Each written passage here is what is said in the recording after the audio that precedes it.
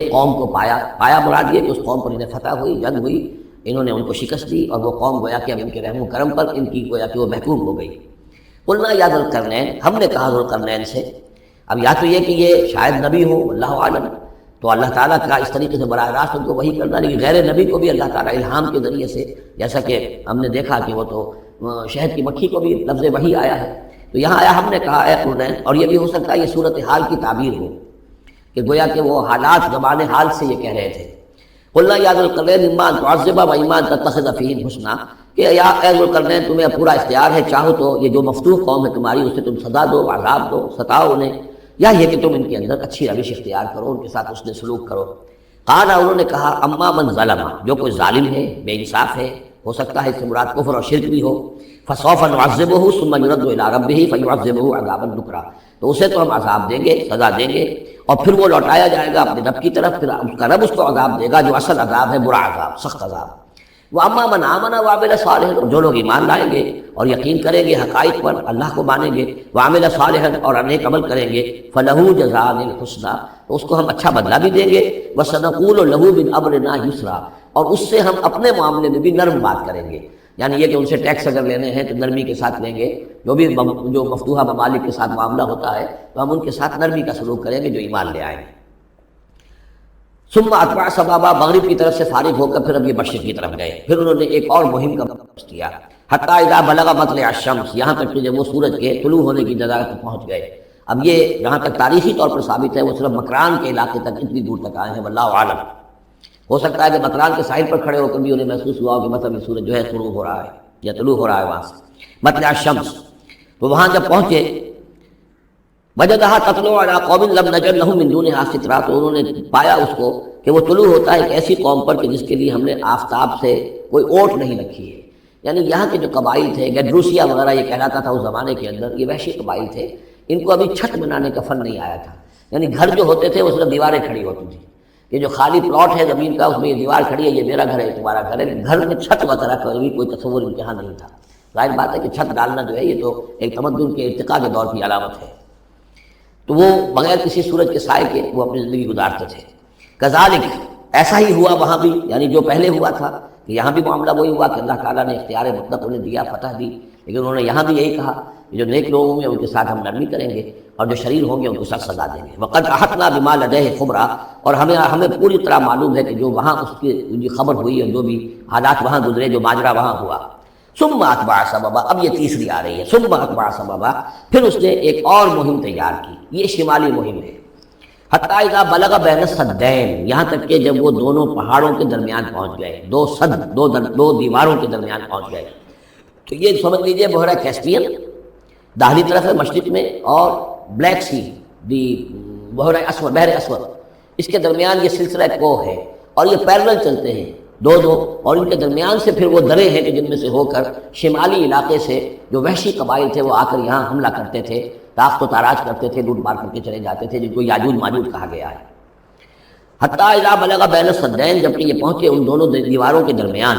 وجد من دونہما قوما، تو انہوں نے پایا ان دونوں کے ورے ایسے لوگوں کو، لا یکادون یفقہون قولا، یہ لوگ بھی ایسے تھے غیر متمدن، کیونکہ بات سمجھتے نہیں تھے، یعنی زبان ایسی ہوگی کہ جو ان کی سمجھ میں نہیں آ رہی تھی، لیکن یہ کہ کسی نہ کسی ذریعے سے انہوں نے اپنا ایک مطلب، اپنی ایک ارتداشت پیش کی۔ قالوا یا ذوالقرنین، انہوں نے کہا کہ اے ذوالقرنین، ان یاجوج و ماجوج مفسدون فی الارض، یاجوج اور ماجوج جو قومیں ہیں یہ زمین میں بہت فساد مچانے والی ہیں، فہل نجعل لک خرجا، تو کیا ہم آپ کے لیے ایک سالانہ خراج مقرر کر دیں، الی ان تجعل بیننا و بینہم سدا، اس کے عوض کہ آپ ہمارے اور ان کے درمیان ایک سد تعمیر کر دیں، ایک دیوار حائل کر دیں کہ وہ ہم پر حملہ آور نہ ہو سکے، یعنی درے کو بند کر دیا جائے۔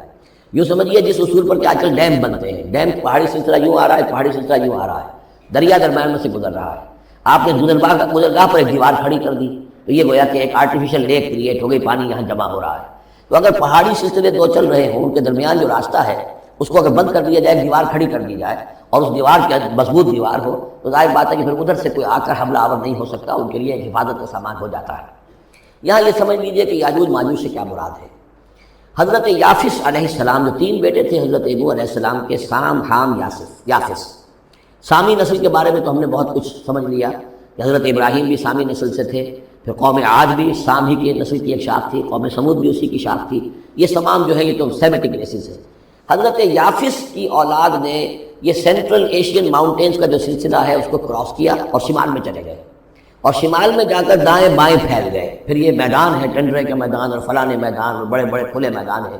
تو گویا کہ ایشیا کو درمیان میں جو سلسلہ ہے وہ تقسیم کر دیتا ہے، ایک شمالی حصہ ہے، ایک اس کا جنوبی حصہ ہے. یہ شمالی میں چلے گئے اور جا کر پھر پھیلے. پھیلنے میں وہ مشرق کی طرف آئے تو چین اور ہند چینی تک یہ ساری قومیں جو ہیں یہ یلو ریسز، یہ انہی کی نسل سے ہیں. اور مغرب میں چلے تو روس، اور روس سے ہو کر روس کے ساتھ ملتا ہوا علاقہ ہے اسکینڈینیوین کنٹریز کے ساتھ، پھر وہاں سے وہ اتر کر اور یورپ کے بھی جو یہ مغربی ممالک ہیں، اینگلو سیکسنز جو ہیں، یہ بھی در حقیقت اسی سے اسکینڈینیوین کنٹریز سے اترے ہوئے لوگ ہیں. تو یوں سمجھ لیجئے کہ ویسٹرن یورپ اور ایسٹرن یورپ کا بھی خاص طور پر شمالی علاقہ، اور پورا یہ روس کا علاقہ، اور پورا صحرائے گوبی، اور پورا چین، اور وہاں تک جو ہے ہند چینی تک، یہ یافس کی نسل ہے.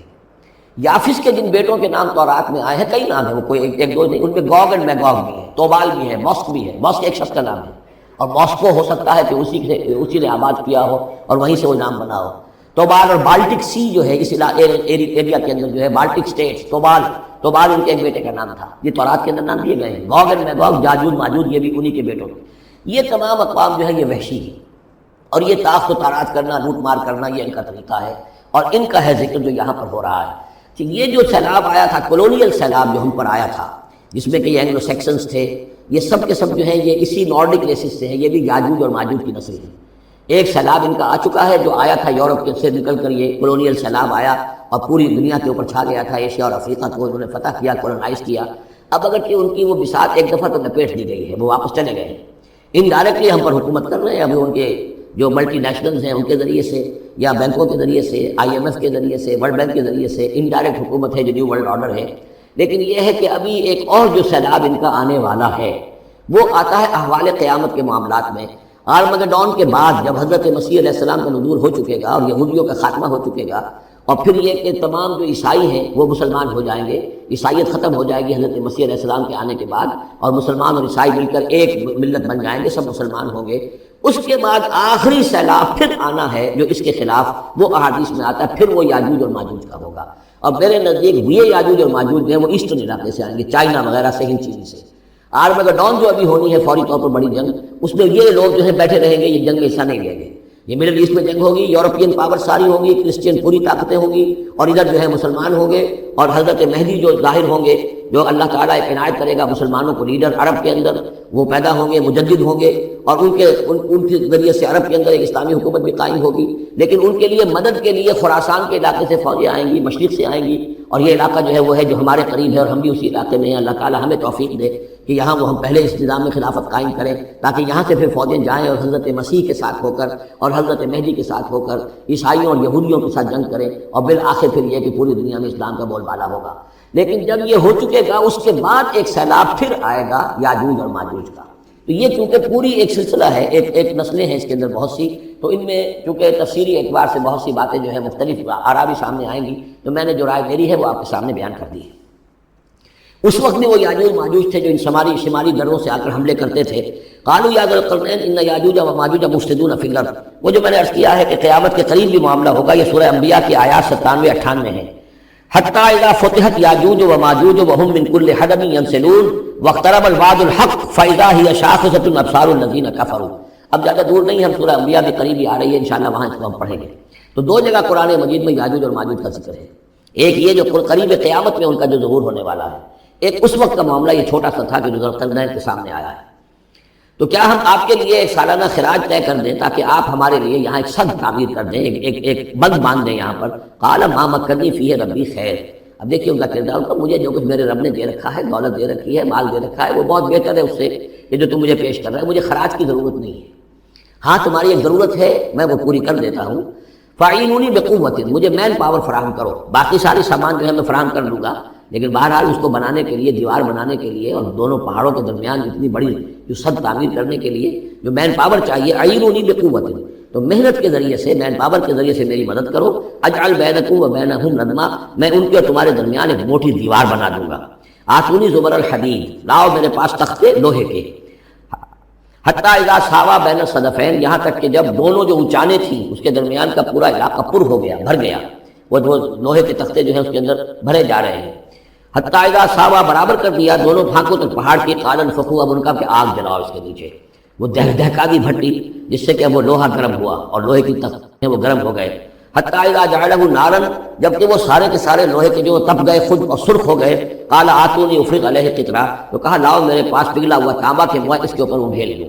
تو اس طریقے سے گرین فورس کنکریٹ سے بھی 10 گنا سمجھیے مضبوط شے انہوں نے بنا دی کہ اس میں لوہا اور پھر لوہا سیسا یا تانبا پلایا ہوا، تو اس طریقے سے ایک بڑی مضبوط دیوار قائم کر دی۔ اس دیوار کے جو آثار اب بھی موجود ہیں، دیوار تو موجود نہیں ہے، یہ داریال اور دربند کے درمیان یہ کشادہ راستہ ہے اب بھی، یہ ویسٹ کوسٹ جو ہے کیسپین کا، اس کے ساتھ اس کی لمبائی 50 میل اور اس کی اونچائی 29 فٹ اور 10 فٹ چوڑی یہ دیوار تھی جو اس وقت بنی ہے، یعنی جس طریقے سے کہ بنتے ہیں بڑے بڑے بند، ان سے بھی بڑی یہ تھی سد تعبیر کی گئی۔ السد العالی کہلاتا اسوان ڈیم جو ہے، جو مصریوں نے بنایا تھا، بہت بڑا ڈیم، السد العالی، اونچی دیوار۔ تو ہمارے ہاں یہ تربیلا اور بنگلہ یہ سب کیا ہے، یہ اسی طرح کے ڈیم ہیں کہ پہاڑی سلسلے آ رہے ہیں، دریا سے آ رہا تھا، وہاں آپ نے دیوار کھڑی کر دی، پانی رک گیا اور وہ جھیل بن گئی۔ فمستطاعوا ان یظہروہ، تو انہوں نے کہا کہ اب یہ لوگ نہ تو یہ اس کے اوپر سے آ سکیں گے، اس کو نہ چڑھ سکیں گے، وما استطاعوا لہ نقبا، نہ اس میں کوئی سوراخ لگا سکیں گے، نقب لگا سکیں گے۔ قال ھذا رحمۃ من ربی، یہ سب اتنا بڑا کارنامہ کر کے بھی انہوں نے کہا یہ سب رحمت ہے میرے رب کی طرف سے، میرا کوئی کمال نہیں، یہ سب اللہ کی طرف سے ہے۔ فَإِذَا جَاءَ وَعْدُ رَبِّي، اور جب میرے رب کا وعدہ آئے گا، جَعَلَهُ دَكَّا، وہ اس پوری دیوار کو جو ہے ریزہ ریزہ کر دے گا، ختم ہو جائے گی دیوار۔ اب وہ دیوار وہاں موجود نہیں ہے، وہ ختم ہو چکی ہے امتداد زمانہ سے، اب اس کے کوئی آثار باقی نہیں رہے، بس آثار معلوم ہو جاتے ہیں کہ یہاں وہ دیوار ہوتی تھی، جس سے یہ میں نے ڈائمنشنز آپ کو دیے ہیں۔ وَكَانَ وَعْدُ رَبِّي حَقًّا، اور میرے رب کا وعدہ جو ہے وہ حق ہے، سچ ہے، پورا ہو کر رہے گا۔ وَتَرَكْنَا بَعْضَهُمْ يَوْمَئِذٍ يَمُوجُ فِي بَعْضٍ، اب جب یہ وقت آئے گا اللہ تعالیٰ کا قیامت کا وقت، تو ہم چھوڑ دیں گے اس روز ان کو، یہ ایک دوسرے میں گتھم گتھا ہو جائیں گے۔ یہ جو کچھ ہونے والا ہے قرب قیامت سے پہلے، جس قسم کے لشکر آنے ہیں اور جیسی جنگیں ہونی ہیں، اور یہ جو یاجوج ماجوج جب آئیں گے تو آتا ہے احادیث کے اندر کہ پورے دریا اور پورے سمندر پی جائیں گے، ہر چیز کھا جائیں گے، اور یہ معلوم ہوتا ہے کہ چینیوں کے ہاں تو خاص طور پر سانپ بچھو جو شے ہو، کتا بلی، ہر شے چٹ لے، کوئی شے نہیں چھوڑ۔ اور میں سمجھتا ہوں کہ شاید آدم خور بھی ہو یہ کہ کسی وقت میں جب ان کو ضرورت پڑے تو آدمی کو بھی کھا جائیں، جو کتے کو، بلی کو، سانپ کو، بچھو کو، ہر چیز کو کھا جائیں۔ تو ان لوگوں کا معاملہ جو ہے واقعتاً یہ جب ابھی تو ذرا رکے ہوئے ہیں، کنٹینڈ ہے ایک طرح سے، لیکن ایک وقت میں ان کا بند کھلے گا، اور چونکہ پھر یہ جو ہے تمام چاروں طرف ان کے پہاڑ ہیں، ہر پہاڑ کی اونچائی پر من کل حدب ینسلون، نیچے اترتے ہوئے نظر آئیں گے۔ اور یہ نقشہ بعین ہی اسی طرح اخبارات میں آیا تھا جب 62 میں وار ہوئی ہے نیفا میں، جو ہندوستان کا مشرقی جو علاقہ تھا جہاں کے چین اور بھارت کی جنگ ہوئی ہے، تو اس کے الفاظ جو اخبارات میں آئے تھے، waves after waves of Chinese soldiers were coming down the slopes,